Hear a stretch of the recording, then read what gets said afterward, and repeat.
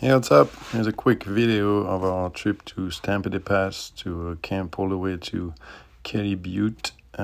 Took a rough about 3 hours to get up to a 5.4 thousand feet elevation, and we went about four cars with the Maverick, the Subaru, as well as two Gladiator.